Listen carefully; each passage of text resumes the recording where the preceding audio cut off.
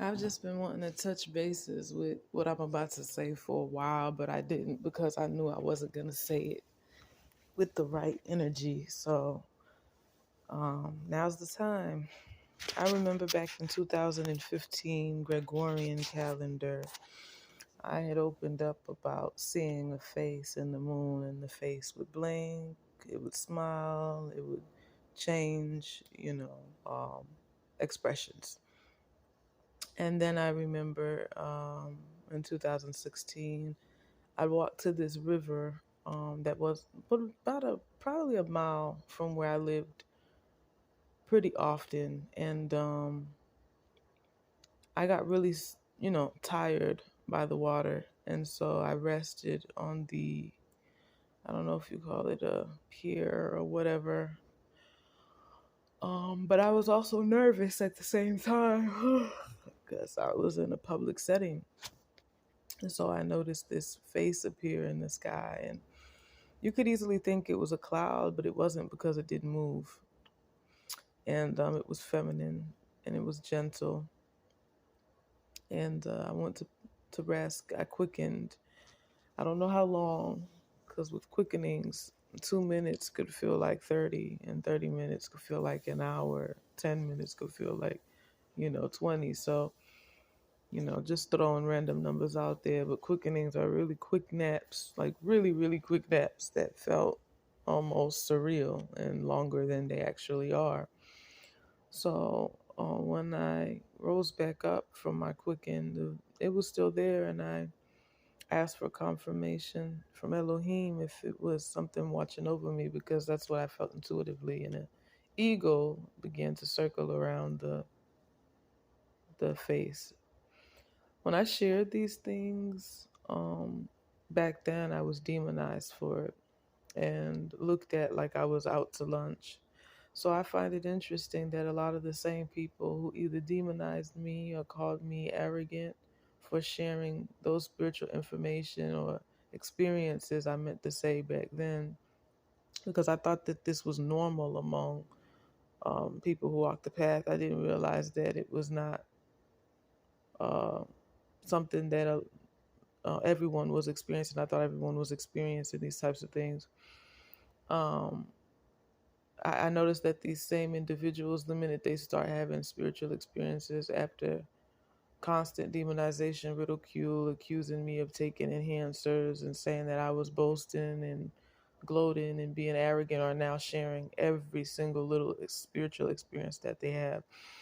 When I when I stick up for myself in this way, because over the years the Most High has begun to show me the things that I needed to see about the spirits and the way that they work through people, and the way that people project their insecurities and their own thoughts and feelings onto you. And they'll say, "You're making me feel this way," or whatever. It's really what they already feel about themselves, whether it's in your presence or when they think of you, and they translate that to what you're making them feel, and really it's what they feel about themselves. So I find it to be just so fascinating. And I know in the past, maybe the way I addressed things, through video particularly, because a lot of the time when I made posts, I waited until I was in a lighter hearted space, and I would stick up for myself, of course, because I let certain things go on for many years. But it was always to bring a different perspective to the other person, so that the people who were engaging in this would, um, sorry, the rooster really just distracted me. Um, they would begin to see a different perspective, and look at things from a different point of view outside of their thoughts. That, yeah, maybe there is an energy moving through me to be a adversary against a person, because even scripture says that we're not, battling anything of the flesh, but of the spirit. So if a person has a fallen angel or a demon or entity or whatever, or spirits that they picked up throughout their course of their life within the world through the sins we commit, spirits that's transferred from family, generational curses, and those spirits that's inherited, it may see the light within somebody else and want to, in a way, and I've said this before on social media about a year ago, but they want to take that person's, um, uh, what do you call it? You have your fate and then you have your destiny. So a fate is often, they say, due to the circumstance that you're in presently, which can go positive or negative, and that a destiny is something that was written anciently for your lineage or something of that nature. So yeah, sometimes that's what it is. It's just if the person that is speaking what they're speaking about another person truly examined their thoughts and feelings, they would know that there was something moving about within them that is not of Elohim. Um, so anyways, I'm not gonna continue to make this longer because I really don't know how much space I have and this may cut off. But yeah, people just have to begin to accept it. Life will be so much easier this way. Even Tashriq Bey, he said it, it's a battle against so-called lower self and higher self, but lower self is so-called inner evil. So if you have heaven and hell within your being because you are the cosmos made manifest in flesh, then the only thing that you can do is, again, that freedom of so-called choice, which I don't actually believe exists, what they call free will. I don't actually believe in free will. I believe in, like Abba says, this is the free will to fuck up. I think it was a way to test everyone's hearts. But um, yeah, it's really funny when I lose my train of thought in the middle of saying something. I think that's really funny. Um,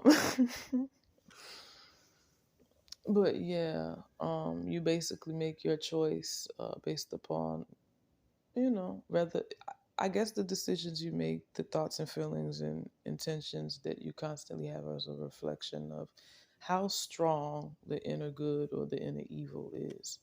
If all of your thoughts are negative and all of your emotions are constantly negative, your intentions are constantly negative, you're thinking constantly negative, you're doing things that are constantly low vibrational, then you may have a situation where you've been living in your lower self for so long that you've become that, and you have to rise up from that.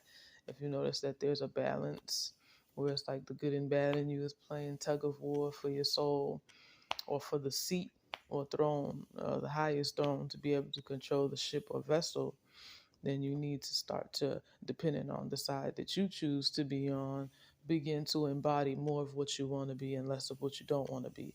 So, anyways, I'm gonna get off this. I'm 2 more minutes in after saying that. 13 love. Hopefully, everything that um I address now can be from a more lighthearted standpoint. Some moments I was really fed up when I had addressed things because it's really ugly rumors and really ugly things being said. But I always try to remind myself that it's a reflection of the person. And it doesn't have anything to do with me. And yep. Uh, and we get off this because this brain fog is yeah, incredibly embarrassing. 13 love.